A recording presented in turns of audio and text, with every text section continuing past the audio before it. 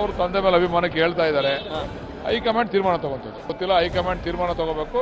High command ತೀರ್ಮಾನಕ್ಕೆ ನಾವೆಲ್ಲ ಕೂಡ ಬದ್ಧ ಇರ್ತೀವಿ. ಇಂಥ ಸಂದರ್ಭದಲ್ಲಿ ಯಾರು ಇಂಥ ಹೇಳಿಕೆಗಳನ್ನು ಕೊಡಬೇಡದು. ವರಿಷ್ಠರು ತೀರ್ಮಾನ ಮಾಡ್ತಾ ಇದ್ದಾರೆ. ವರಿಷ್ಠರ ಬಗ್ಗೆ ಗೌರವವನ್ನು ಇಟ್ಟು ವರಿಷ್ಠರ ಮಾತು ಬಗ್ಗೆ ವರಿಷ್ಠರ ಶಿಸ್ತಿನ ಬಗ್ಗೆ ಗಮನ ಹರಿಸಿ ಎಲ್ಲದಕ್ಕೂ ಪಕ್ಷಕ್ಕೆ ಹಾನಿ ಮಾಡುವಂತ ಹೇಳಿಕೆ ಇವೆಲ್ಲನೂ ಕೂಡ ಯಾರೇ ಆಗಲಿ ಇದ್ದ ಹೇಳಿಕೆಗಳನ್ನು ಕೊಡಬೇಡದು ಅಂತ ಹೇಳಿ ನಾನು ಮಾಧ್ಯಮದ ಮುಖಾಂತರ ಹೇಳ್ತೀನಿ. ಯತೀಂದ್ರ ಅವ್ರು ಮಾಡೋದಾಗಿದ್ರೆ ಅವ್ರ ಹೇಳಿಕೆ ನಾವು ಪುರಸ್ಕರಿಸಬಹುದಿತ್ತು. ಇದು ಅವ್ರು ಮಾಡೋದಲ್ಲ, ಇದು ಹೈಕಮಾಂಡ್ ಮಾಡೋದು. ಹೈಕಮಾಂಡ್ ಹೇಳ್ಬೇಕು ಮುಂದುವರಿತಾರೆ, ಚೇಂಜ್ ಮಾಡ್ತೀವಿ, ಬದಲಾವಣೆ ಮಾಡ್ತೀವಿ, ಶಿವಗಂಗ್ ಬಸಣ್ಣನ್ ಮಾಡ್ತೀವಿ, ನಿಮ್ಮನ್ನ ಮಾಡ್ತೀವಿ ಅನ್ನೋದು ಹೈಕಮಾಂಡ್ ಹೇಳ್ಬೇಕು. ಯಾರೊಬ್ಬ ಶಾಸಕರು ಯಾರೊಬ್ರು MLC ಹೇಳಿದ್ರೆ ಅದೆಲ್ಲ ಗಣನೆ ತಗೋಬಿಡ್ರಿ.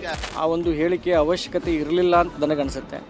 ಏನು ಅಸೆಂಬ್ಲಿ ನಡೀತೈತೆ ಅಲ್ಲಿವರೆಗೂ ಸ್ವಲ್ಪ ಬಾಯಿ ಮುಚ್ಕೊಂಡು ಇರಪ್ಪ, ಆನಂತರ ನಿಮ್ಗೆ ಏನೇ ಚಟ ಇದೆ ಅದೆಲ್ಲ ತಿಳಿಸ್ಕೋಬೇಕಂತ ಹೇಳ್ಬೇಕಾಗತ್ತೆ. ಯಾಕೆ ಹಿಂಗ್ ಮಾಡ್ತಿದ್ರಿ? ಅವರೇ ಶಾಂತಿ ಮಂತ್ರ ಹಾಕೊಂಡು ಒಡ್ಡಾಗಿರ್ಬೇಕಾದ್ರೆ ನೀವೆಲ್ಲ ಹೇಳಿಕೆ ಕೊಡುವಂಥದ್ದು ತಪ್ಪಾಗುತ್ತೆ. ಅದನ್ನ ಇವತ್ತು ರಾಷ್ಟ್ರೀಯ ನಾಯಕರು ಅದ್ರ ಬಗ್ಗೆ ಒಂದು ನೋಟಿಸ್ ಕೊಡ್ಬೇಕು ಅವರಿಗೆಲ್ಲರಿಗೆ, ಹೇಳೋಂಥವ್ರಿಗೆಲ್ಲ. ಯಾಕೆ ಹೇಳಿಕೆ ಕೊಡ್ತೀರಿ? ಯಾವ ಉದ್ದೇಶಕ್ಕೆ ಹೇಳಿಕೆ ಕೊಡ್ತೀರಿ? ಕೊಡಬಾರ್ದು.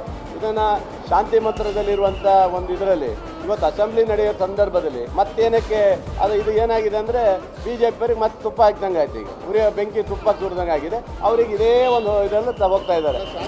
ಈಗ ಯತೀಂದ್ರ ಅವರು ಹೇಳೋದಕ್ಕೆ ನಾನು ಹೇಳೋದಕ್ಕೆ ಆಗಲ್ಲ. ಸಿದ್ದರಾಮಯ್ಯ ಸಾಹೇಬರು DK ಸಾಹೇಬರು ಹೇಳಿದ್ರೆ ಹೇಳ್ಬೋದು. ಯತೀಂದ್ರ ಅವ್ರು ಯಾವ ಆ್ಯಂಗಲಲ್ಲಿ ಹೇಳ್ತಾ ಇದ್ರು ಗೊತ್ತಿಲ್ಲ. ಈಗ ಸಿದ್ದರಾಮಯ್ಯ ಸಾಹೇಬರು ಏನು ಹೇಳಿದ್ರು ಹೇಳು, ಹೈಕಮಾಂಡ್ ಹೇಳಿದ್ದೀವಿ ಸರ್ DK ಶಿವಕುಮಾರ್ ಅವರು CM ಆಗ್ತಾರೆ, ಬೆಸ್ಟ್ ಆಫ್ ಲಕ್ ಯತೀಂದ್ರ ಅಂತ ಹೇಳ್ತಾರೆ. DK ಶಿವಕುಮಾರ್ ಅವ್ರಿಗೆ ಒಂದು ಅವಕಾಶ ಕೊಡಬೇಕು ಅಂತ ಅಲ್ಲ. DK ಸರ್ ನನ್ನ ರಾಜಕೀಯ ಗುರುಗಳಪ್ಪ. ಅವ್ರ ಪರವಾಗಿ ಹೋಗೋದ್ರಲ್ಲಿ ಏನ್ ತಪ್ಪಿದೆ? DK ಸರ್ ನನ್ನ ರಾಜಕೀಯ ಗುರುಗಳು, ನನ್ನನ್ನ ರಾಜಕೀಯದಲ್ಲಿ ಬೆಳೆಸಿದ್ದಾರೆ.